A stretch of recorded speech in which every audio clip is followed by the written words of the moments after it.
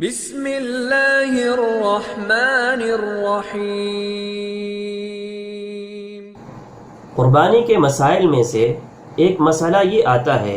کہ قربانی کا جانور کون سا ہونا چاہیے۔ قرآن کریم نے خود بیان کیا ہے، اللہ رب العزت فرماتے ہیں وَلِكُلِّ أُمَّةٍ جَعَلْنَا مَنْسَكًا لِيَذْكُرُوا اسْمَ اللَّهِ عَلَى مَا رَزَقَهُمْ مِنْ بَهِيمَةِ الْأَنْعَامِ۔ فرمایا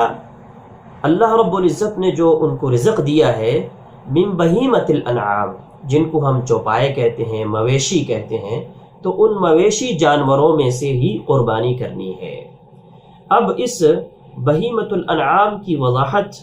یا اس کی تفسیر یوں کہیے کہ خود قرآن نے دوسری جگہ پہ بیان کیا ہے۔ اللہ رب العزت سورۃ انعام میں فرماتے ہیں وَمِنَ الْأَنْعَامِ حَمُولَةً وَفَرْشًا، کہ جانوروں میں سے کچھ ایسے ہیں جو رہنے والے ہیں اور کچھ ایسے ہیں جو وزن اٹھانے والے ہیں۔ اور میرے بھائی اسی طریقے سے اسی کے آگے چل کے اللہ رب العزت اس کی وضاحت فرماتے ہیں، فرمایا من الضأن اثنین ومن المعز اثنین،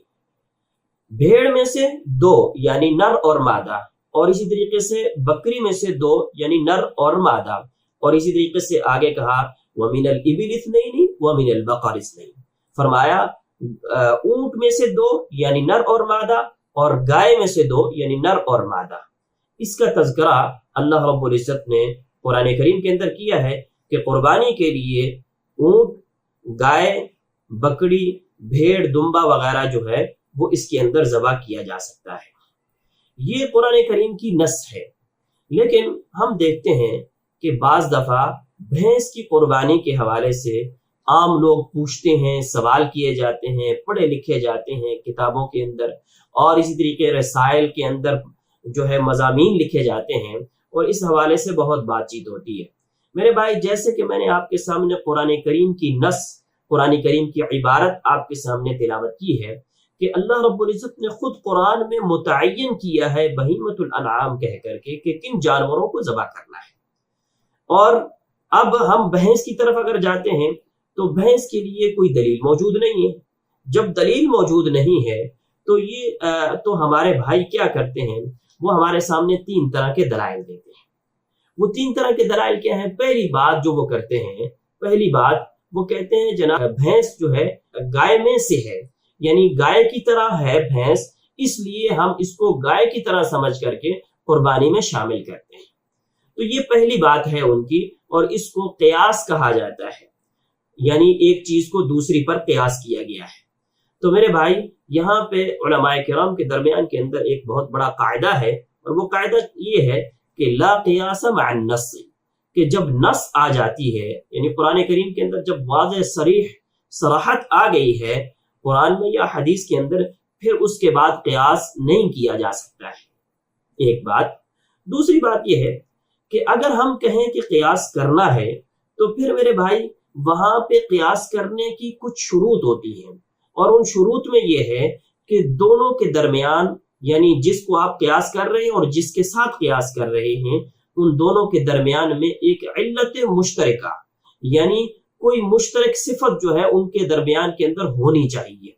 گائے اور بھینس ان دونوں کے درمیان میں کچھ مشترک ہونا چاہیے۔ جب ہم اس کو دیکھتے ہیں تو ہمارے سامنے علماء کرام نے بہت زیادہ فرق بیان کیے ہیں کہ جو گائے کا دودھ آتا ہے اور اس میں سے جو مکھن نکالا جاتا ہے اس کا رنگ پیلا ہوتا ہے، اور جب بھینس کا دودھ اور اس کا مکھن نکالا جاتا ہے تو وہ مکھن سفید ہوتا ہے، تو وہاں پہ فرق بن جاتا ہے۔ اسی طریقے سے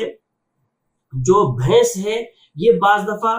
گندی جگہ پہ بیٹھ جاتی ہے، یہ کیچڑ وغیرہ میں بیٹھ جاتی ہے، جبکہ گائے جو ہے ایسی جگہ پہ نہیں بیٹھتی ہے۔ اسی طریقے سے گائے کے جو سینگ ہیں اور اسی طریقے سے جو بھینس کے سینگ ہیں، ان دونوں کے درمیان میں بھی فرق ہوتا ہے۔ اور اسی طریقے سے ایک اور فرق بھی بیان کیا جاتا ہے کہ گائے کو جو ہے وہ کھیتی باڑی کے کام میں بھی استعمال کیا جاتا ہے، جبکہ اس کو کام میں استعمال نہیں کیا جاتا ہے بھینس کو۔ اور اسی طریقے سے جو سب سے بڑا فرق علماء کرام نے بیان کیا ہے وہ یہ ہے کہ بھینس بچہ پیدا کرتی ہے 11 مہینے کے بعد، جبکہ گائے جو ہے وہ 9 مہینے کے بعد بچہ پیدا کرتی ہے۔ تو لہٰذا یہ ایک مین فرق ہے جس سے ہمیں پتہ چلتا ہے کہ ان دونوں کے درمیان میں کوئی مشترک ہے نہیں ہے کہ ہم ان کو آپس میں ملا سکتے ہو.